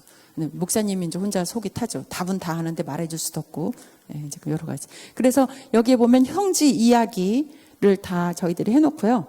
성지 이야기를 해놓고 그거를 읽고 그 자리에서 퀴즈를 하고 그런데 그 질문 중에는 반드시 절대로 풀 수 없는 질문을 넣어요. 인생에는 우리가 절대로 원인을 알 수 없는 일들이 항상 일어나잖아요. 그 절대로 풀 수 없는 문제를 내고 그거를 이용해서 돈을 뺏고 그리고 이제 그 팀 분위기를 자기들이 잘 운영할 수 있도록 하고 그렇게 해서 팀이 철저히 하나가 되어서 같이 공동으로 해나갈 수 있도록 하고 그다음에 저는 이제 공포의 스케치북이라는 게 있는데요. 공포의 스케치북 거기 있습니까? 공포의 스케치북을 이제 한 사람이 들고 아이들이 오면 차례로 이제 미션을 이제 보여주는 거죠. 그다음에 어른들은 침묵의 스케치북이고 아이들은 공포의 스케치북이에요. 그래서 그거를 메고 각 미션 해결해야 하는 그 체크 포인트마다 가서 아이들에게 미션을 수행하게 하는. 그러니까 아이들이 되게 이게 재밌는 거예요. 게임처럼. 그래서 20번, 20km면 20번을 거기에 이제 미션 중에는 인천 강화에 가면 한 교인이 어머니에게 세례를 받게 하기 위해서 달밤에 어머니를 업고 500m 정도를 뛰어간 구간이 있어요. 이제 거기를 갈 때 아이들은 아직 가방도 숙소에 다 안 갖다 놓은 상태거든요. 그런데 거기에서는 그 미션을 해야 돼요. 그럼 한 아이가 가방 3개를 끌고 가고 한 아이가 아이를 업고 그 500m를 가는 거예요. 그 간 기억을 지금도 말을 해요. 너는 네 친구를 위해서 너희 부모를 위해서 그렇게 얻고 그 밤에 동네 사람들이 세례 못 받게 하니까 자기 어머니를 모시고 또 그 존수 목사님은 이제 내리교회를 세우셨던 존수 목사님은 그 삿갓 쓰고 조선 사람처럼 하고 와서 그 배 위에서 이제 세례를 주죠. 그래서 저희도 그 배 모형 비슷한 데 올라가서 이렇게 세례 주는 거를 이제 저희들이 체험도 하고 그다음 믿는 사람들이 생매장 당했던 데 가서는 저희들이 생매장 체험도 하고 그래서 한 사람은 친구에게 삽으로 흙을 떠서 친구를 생매장하는 역할을 하고 한 사람은 거기에서 흙을 맞으면서 이렇게 구덩이 안에 들어가는 그런 것도 하고 순교 체험 여러 가지 것들을 하면서 아이들이 이게 신앙이 거저가 아니구나. 그다음에 이 교회가 거저가 아니구나 이런 것들을 생생하게 느낄 수 있도록 이제 그런 미션들을 다 거기다 넣어놨습니다. 예, 이 사이트를 제가 다 공유를 했거든요. 필요하신 분들은 말씀해 주시면 제가 이 사이트를 드릴게요. 여기 보면 사진이랑 영상도 다 올려져 있으니까 아이들하고 같이 좀 활용을 많이 해주시면 좋겠어요. 한 분도 저한테 연락을 하신 분이 없어요. 제가 이거를 2022년도에 만들어서 내놨는데 이제 그만 만들까 봐요. 네. 이제 그런 게 있고요. 그다음에 어른들을 위해서는 이제 바이블 어게인이나 코리안 바이블 로드 800, 해외 순례 감사합니다 이런 것들 했는데 이제 바이블 어게인은 제가 틴틴 통독을 쓰면서 느낀 건데 이미 성경을 다 알고 계신 분들 중에서도 성경을 이상하게 알고 계신 분들이 저처럼 의외로 많더라고요. 그래서 넘어지기 쉬운 그런 내용들을 중심으로 해서 다시 한번 성경을 하는데 이때는 이제 하가 방식이라고 해서 교대로 성경을 계속 읽으면서 통독을 하는 그런 방식으로 제가 한 번 해봤는데 한 번이 아니고 여러 번 해봤는데 다들 너무 기뻐하시고 너무 좋아하시고 그런 프로그램은 있고요. 그다음에 이제 코리안 바이블 로드 800은 제가 지금 하고 있는 건데 다큐가 너무 많아서 이제 많이 못 하고 있고 또 코로나 때문에 일시적으로 중단됐는데 저는 우리나라 기독교 성지를 다 걸을 거예요. 800km를. 근데 저는 산티아고를 왜 가는지 모르겠어요. 우리나라에 정말 너무나 아름답고 너무나 귀중하고 너무나 중요한 기독교 성지들이 너무나 많은데 산티아고 가시기 전에 반드시 한국 안에서 코리아 산티아고 800km를 먼저 종주하시고 가주시면 좋겠습니다. 그래서 이것도 저희가 지금 계속 진행하고 있고 그다음에 가신 분들이 다 너무나 감동을 받으세요. 특히 제주도 같은 데 가면 함부로 그런 걸 할 수가 없거든요. 그래서 예를 들어서 대전교회에서 한 목사님이 순교를 하셨는데 그 목사님에 관한 거를 그 기일을 지킬 수가 없는 거예요. 그 교회가. 그 손자인 장로님도 그 할아버지 목사님을 죽인 4.13 그 폭도들의 그 위령제를 가셔야 되는 곳이에요. 그 제주도라고 하는 데가. 그런데 이제 우리가 가서 하는 건 상관이 없죠. 우리가 가서 하는 건. 그래서 제가 그래요. 그 장로님께 장로님 걱정하지 마세요. 장로님은 그 위령제 가세요. 목사님 순교 기념일은 저희들이 지킬게요. 그래서 저희들이 지금 8년째 6월 18일 날 매년 이도종 목사님 순교길을 도보로 종주하고 거기에다가 매년 없어지긴 하는데 매년 거기다가 이정표를 세워요.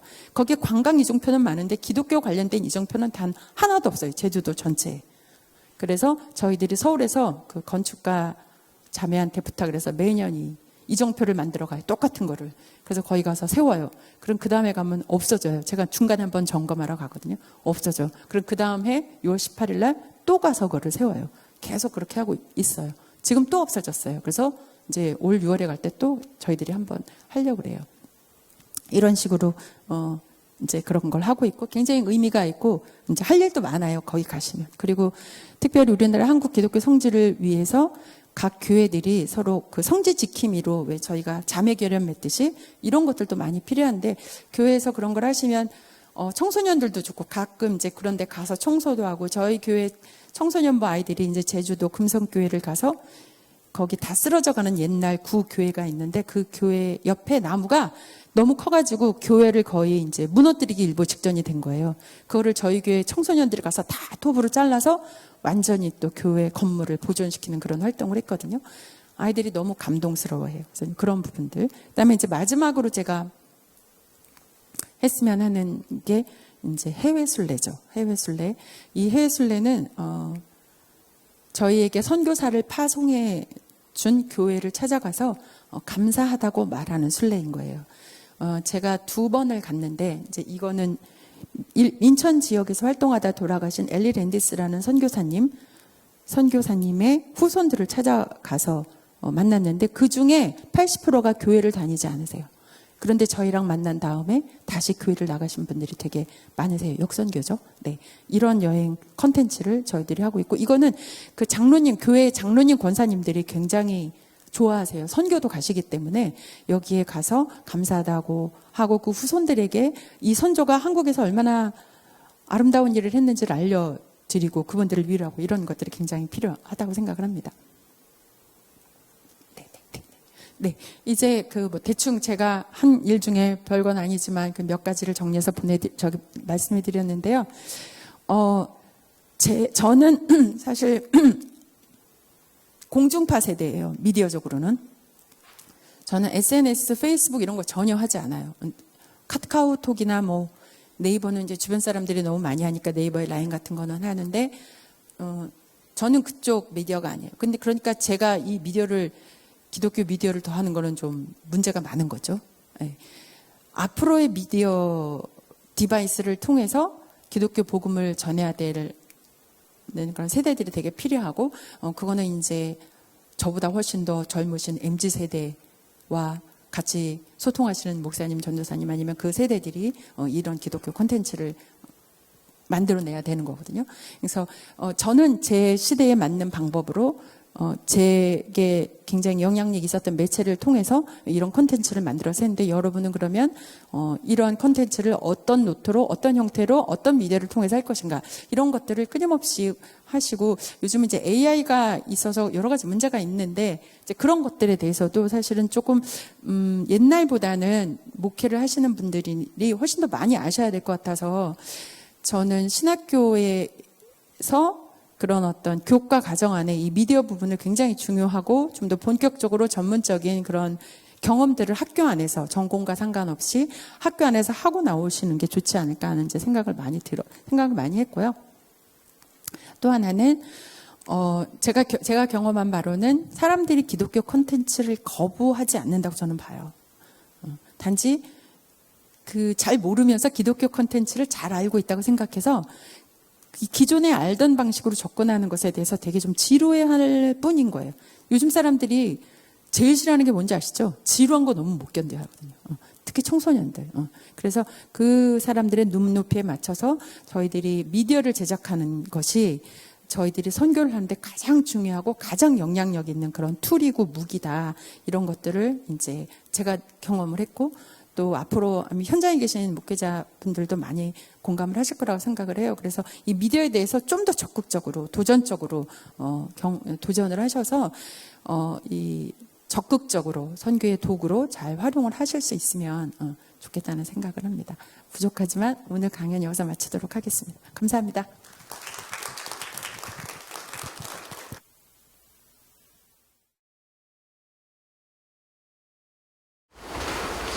네, 여러분 강의 잘 들으셨죠? 네. 어떻게 좋으셨나요? 네. 좋으셨나요? 네, 발음 좀 비슷한데 반응이 생각보다 좋으셨나요? 네, 감사합니다. 네, 이제 질의응답 또 이어가도록 하겠고요. 질의응답을 제가 또 진행을 하기 전에 먼저 말씀을 드리면 여러분들 오픈 채팅방에 질문을 올리실 수 있습니다. 네, 그래서 여러분들께서 지금 올려주신 질문도 한 2가지 정도 있어요. 그래서 그 질문도 드리고 그리고 또 다른 질문을 들으시면서 생각나는 질문 있으면 오픈 채팅방에 올려주시면 제가 보고 질문을 드리도록 하겠습니다. 고생 많으셨습니다.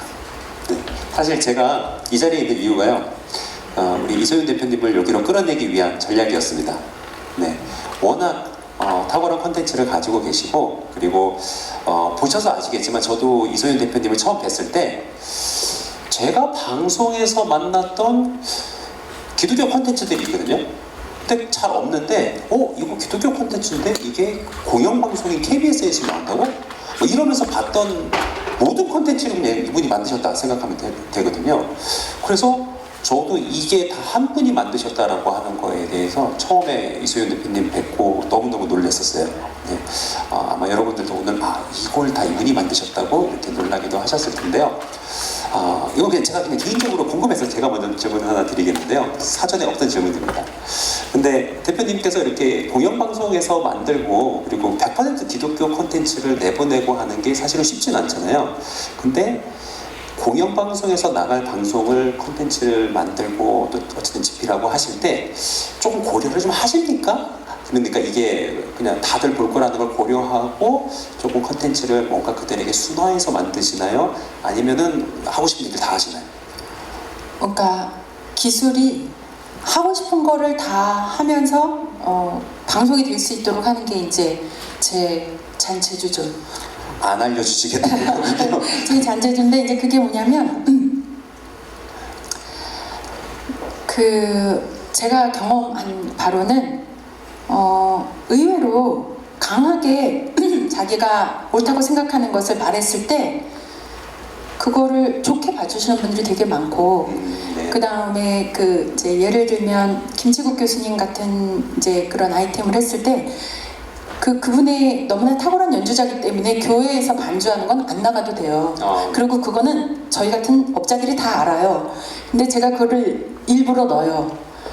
그거를 제가 일부러 넣었다는 거를 그 CP님도 알아요. 아시겠죠? 아주 훌륭하신 CP님인데 그런데 그냥 뭐 별 무리가 없네. 그러면서 그냥 넘어가시는 거예요. 그러니까 제가 그분들이 원하는 그 프로그램에서 원하는 다른 80%를 채워드렸을 때 그분들이 제가 원하는 20%를 용인해 주시는 것 같아요. 그러니까 그게 제 전략인 것 같습니다. 그것도 아마 오랜 시간 콘텐츠를 만들면서 뭐 적당한 선을 아마 네. 발견하신 것이 아닌가. 그러니까 서로 아는 거죠. 서로를. 네. 서로를 알고 이 정도는 이 정도 해줬으니까 나도 이 정도 해줘야지 이런 어떤 암묵의 동지의식 같은 거 그런 것들이 이제 형성이 되어서 그리고 그게 나갔을 때 뭐 사회에 유해한 거는 아니니까 그런 부분에서 좀 많이 제가 양해를 받고 일을 했던 것 같습니다. 네, 또 협박 전화 좀 받으시고. 협박 전화 그건 너무 웃깁니다. 네. 자, 일단 여러분들이 올려주신 질문 함께 좀 이야기를 해보도록 하겠습니다. 올라온 순서대로 질문을 좀 받아보도록 하겠는데요. 알고리즘에 의해 내가 보고 싶은 것 그리고 내가 좋아하는 것만 보여주는 시대입니다. 네. 크리스천, 넌 크리스천 누구나 공감할 수 있는 컨텐츠를 전하려면 어떤 메시지를 담아야 할까요? 이런 질문을 주셨는데요. 네. 저는 메시지는 항상 예수님이었던 것 같아요. 메시지는. 네. 근데 일반 사람들한테는 예수님이란 말을 할 수가 없잖아요. 그러니까 다 보고 나면 저거 혹시 예수님 아니야? 라고 느껴지게 만들어야 되는 게 되게 중요한 것 같고 그게 상당한 기술인 것 같아요. 그리고 그 기술이 정말 필요해요. 정말로. 제가 개인적으로 일할 땐 되게 좀 날카롭거든요. 날카롭지만 예를 들어서 저 작가 아니면 저 제작사에 이거를 맡기면 뭐 한 20%는 뭐 예수님 얘기가 나오겠지만 그래도 이번에 시청률이 어느 정도 나올 거야 라고 하는 이제 그런 그 신뢰를 제가 알아요. 그렇게 믿어주는 거를. 그러니까 저는 그거를 충분히 해서 한 90% 다 심어줘요. 그리고 단 1%라도 제가 꼭 넣고 싶은 것을 아예 찍을 때부터 의도적으로 저는 찍어요. 그게 자연스럽게 섞여 들어가지 않으면 편집이 안 되도록 이제 그게 저희들의 기술이고 저희들의 용기고 저희들의 이 작업을 하는 이유죠. 그래서 이제 요즘도 이제 제가 조금 전에 말씀드렸지만 우리가 보고 싶은 것만 보고 싶어하는 그런 시대고 그 시대가 이제 특히 이제 MZ 세대잖아요. 제가 지금 하나 샘플을 보여드릴까 했었는데 최근에 그 기독교 청소년 단체에서 만든 웹 드라마 하나가 조회수가 66만 회가 됐어요. 되게 짧은 드라마인데 저는 깜짝 놀랐어요. 그게 첫 번째 17살이라고 하는 웹 드라마인데 한번 찾아보시면 좋겠는데 그거는 그 청소년들, 그러니까 돈이 최고라고 생각하는 청소년들에게 하나님이 최고라는 것을 알려주고 싶다라는 것을 존재 목적으로 하는 어떤 청소년 사역 단체에서 만든 거거든요. 드라마도 잘 만들었지만 일반 아이들도 그걸 보고 재밌다고, 왜냐면 그 기독교 교회 아이들만 봐서는 그게 66만 회가 안 나오거든요. 그런 어떤 그 드라마, 저는 그 드라마가 너무 기적적인 것 같아요. 그 드라마가 소위 말하는 내가 보고 싶은 것만 보는 그런 세대들이 본 거잖아요. 제가 그래서 지금 제일 주목하는 교계에서 가장 컨텐츠로 성공적으로 잘 하고 있는 단체를 꼽아라 그럼 저는 그 재단을 꼽아요. 제가 그 대표님께 말씀드리고 왔는데 폭로하겠다고. 더 작은 재단이고요. 그 다음에 오픈아이즈라고 하는 센터, 오픈아이즈 TV 뭐 이런 아래서 그거를 만드는데 정말 아이들하고 소통을 잘 하면서 정말 보고 싶게 그렇게 만드시는 것 같아요. 그래서 저는 그 세대의 기호는 잘 몰라요. 제가 이제 아까 말씀드렸지만, 그러나 그 세대를 매일 만나시는 목사님이나 전도사님은 반드시 그 세대의 기호를 아셔야 되고, 그 웹드라마가 왜 66만 회가 나왔는지를 한번 분석을 해보시고, 그 제작진이 어떻게 그걸 만들었는지를 한번 가셔서 이렇게 방문하셔가지고 좀 얘기도 하시고 그러시면 참 좋을 것 같습니다. 대답이 됐는지 모르겠네요. 네. 근데 지금 정말 좋은 질문을 해주신 것 같아요.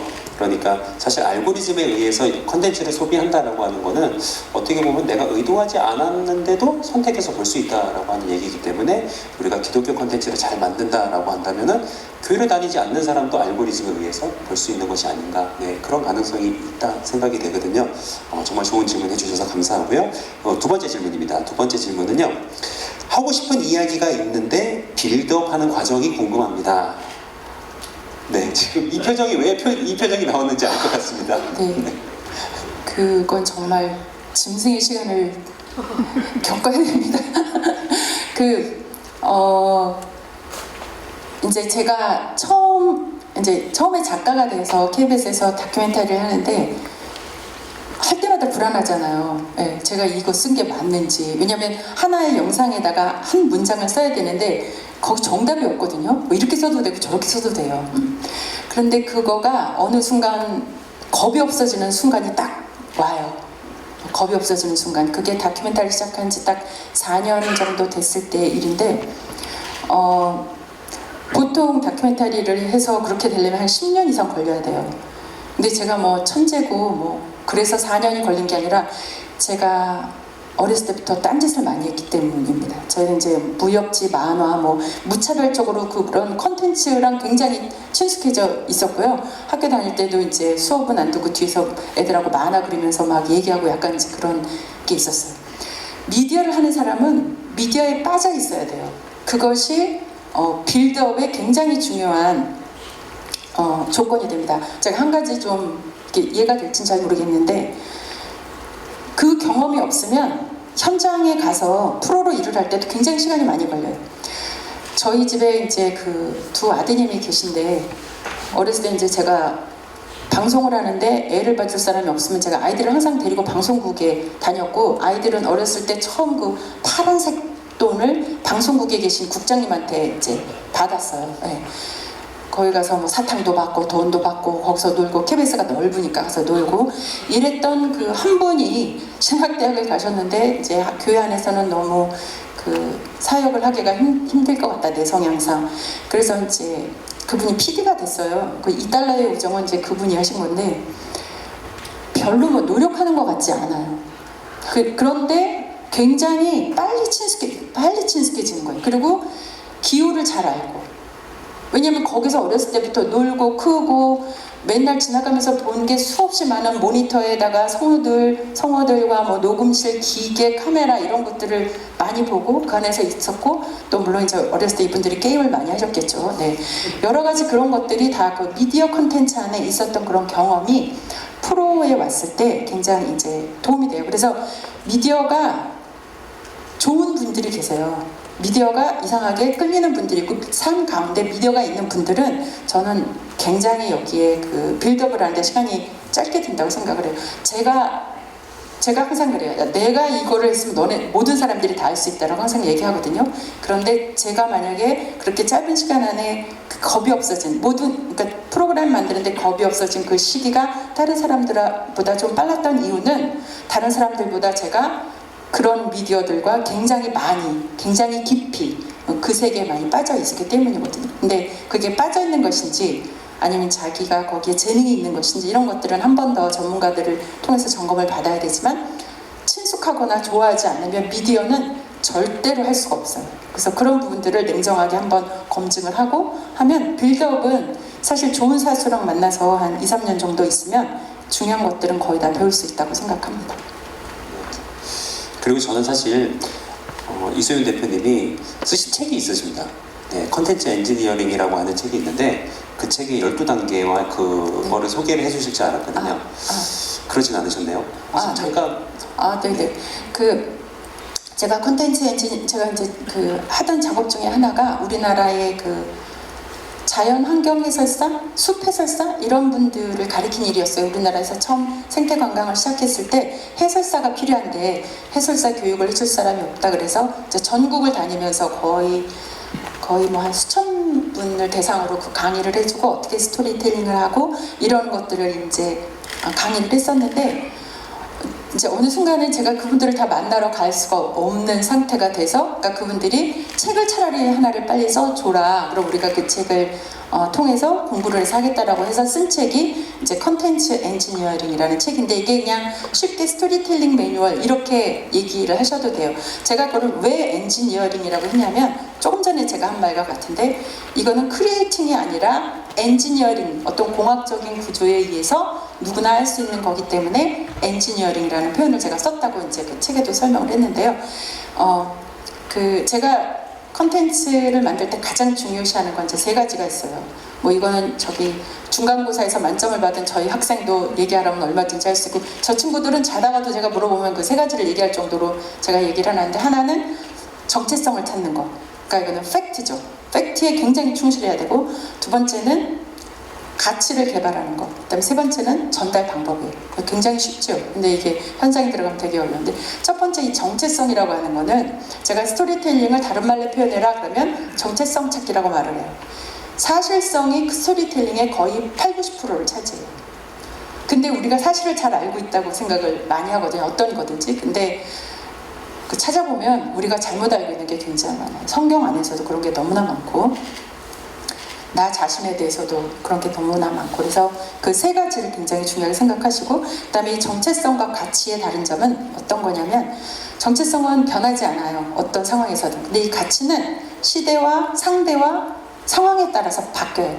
금값이 오르내리는 것처럼 그다음에 주식값이 오르내리는 것처럼 언제나 똑같은 본질을 가지고 똑같은 가치를 말하지 않거든요.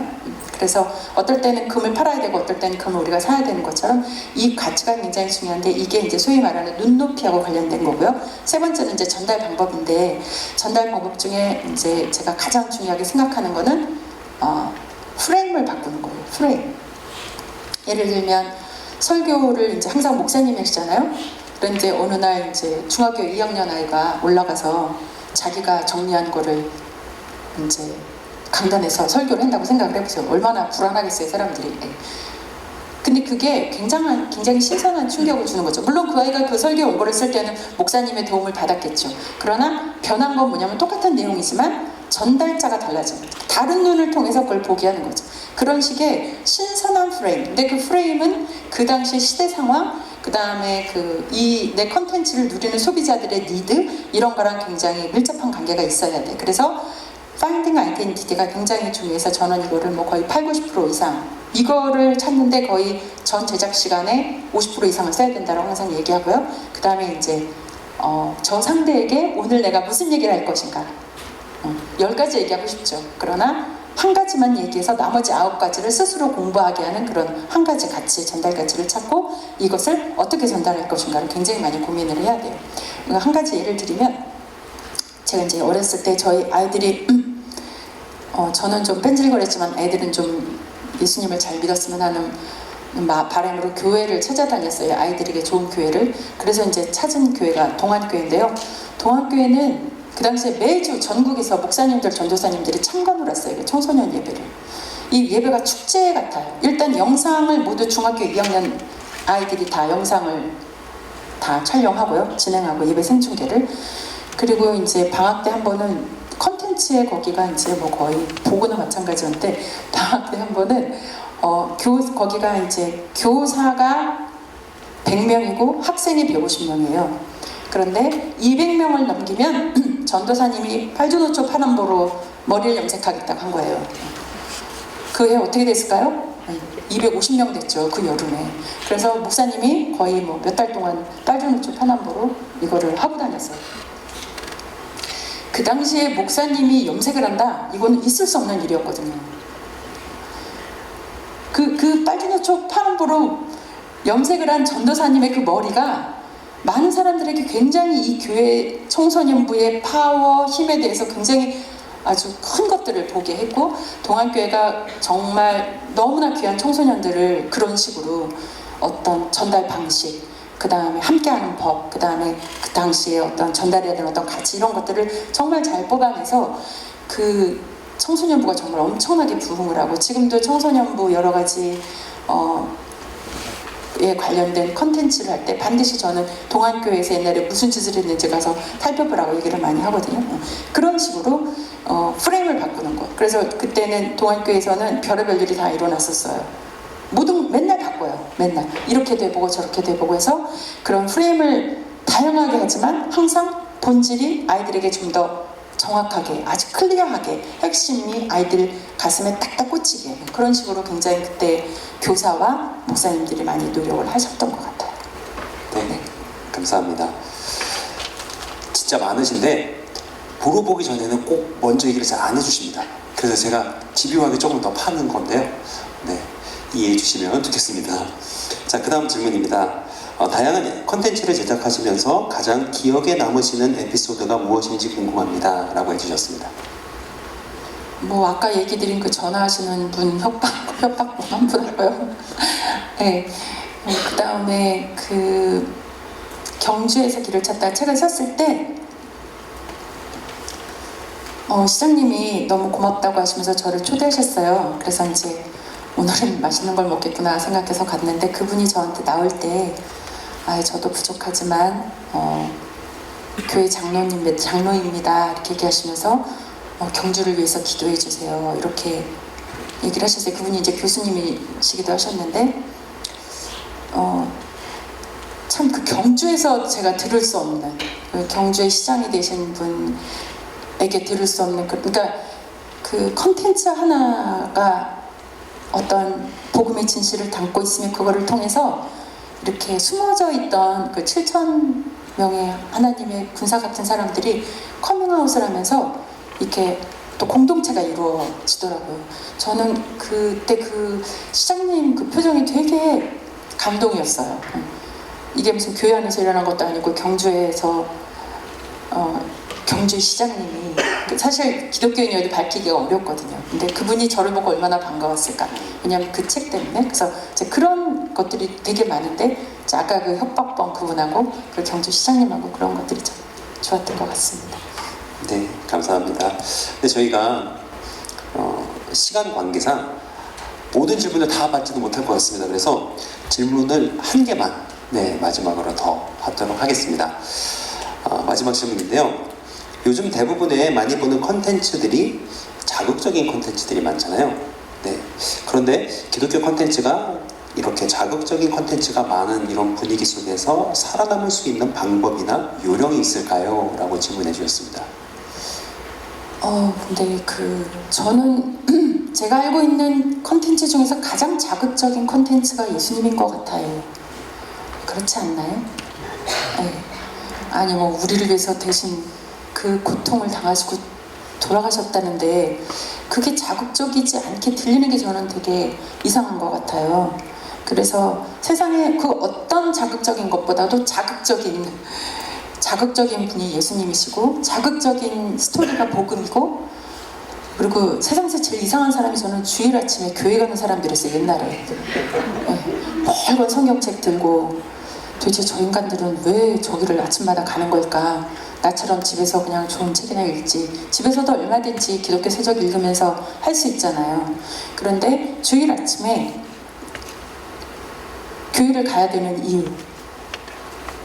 그거 하나만 잘 우리가 설명을 해도 사람들이 깜짝 놀래요. 되게 기독교 교리를 받아들이지 못하는 거는 굉장히 자극적이기 때문이거든요. 다른 것들이 아무리 자극적이어도 우리가 이거 핵심을 잘 전하면 이거 이상 파워풀한 콘텐츠는 없다고 생각을 해요. 제가 이거를 저의 잔재주를 동원해서 공영방송이나 이런 책이나 이런 거를 썼을 때 감동을 받고 오는 분들이 되게 많아요. 제가 잘 써서가 아니라 하나님이 우리에게 주신 이 예수님에 관한 이 컨텐츠가 엄청난 파워가 있기 때문이거든요. 저는 최고로 이상한 컨텐츠가, 자극적인 컨텐츠가 이 복음이라고 생각을 하기 때문에 그거에 대해서 아이들을 가르치거나 성도분들을 만나시는 분들이 그 부분을 인정하시고 그 부분을 담대하게 하실 필요가 있지 않나. 뭐 저한테 얘기해 보세요. 더 자극적인 거. 저는 더 없다고 생각을 하거든요. 그래서 그런 그 질문에 대해서는 저는 완전 반대 입장입니다. 네. 표현 방법이 좀 자극적인 게 필요하다고 생각할지 모르지만 이제 강한 거는 강한 표현이 필요 없어요. 강한 거는 완전히 그거의 본질을 딱 보여주면 되거든요. 저희가 예쁜 여자들은 옷 예쁘게 안 입어도 예쁘잖아요. 네. 멋있는 남자들은 그냥 뭐 추리닝에 슬리퍼만 신고 제가 언젠가 비행기에서 장동건 바로 뒤에 앉아 있었는데 그날 회의를 못했어요. 장동건을 보느라고 얼마나 멋있는지. 그냥 모자 쓰고 슬리퍼 신고 뉴욕을 같이 가는데 카메라맨이랑 저랑 말 한마디도 안 하고 계속 이제 그거 봤거든요.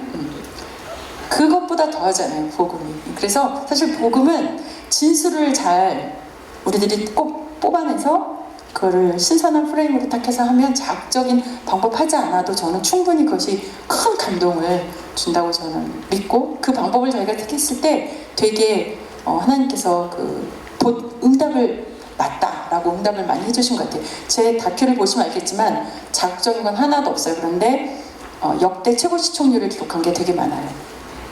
감동으로 자극을 준 거죠. 그리고 사실 사람들은 감동에 많이 진짜 감동에 목말라 있거든요. 순수한 감동. 그래서 그런 것이 그 부족한 시대에 그걸로 이렇게 승부를 거는 그런 쪽으로 나가면 우리가 성공하지 않을까 하는 생각을 많이 합니다. 네, 감사합니다. 두서없는 또 여러분들의 다양한 질문에 정말 그동안 쌓아오신 모든 경험과 또 노하우들을 잘 담아서 답을 주신 것 같습니다. 이렇게 오늘 기독교 복음 스토리텔링 첫날 마지막 세션을 마무리를 하겠는데요. 사실 저도 그렇게 생각합니다. 스토리와 스토리텔링은 약간 별개의 문제라고 생각하거든요.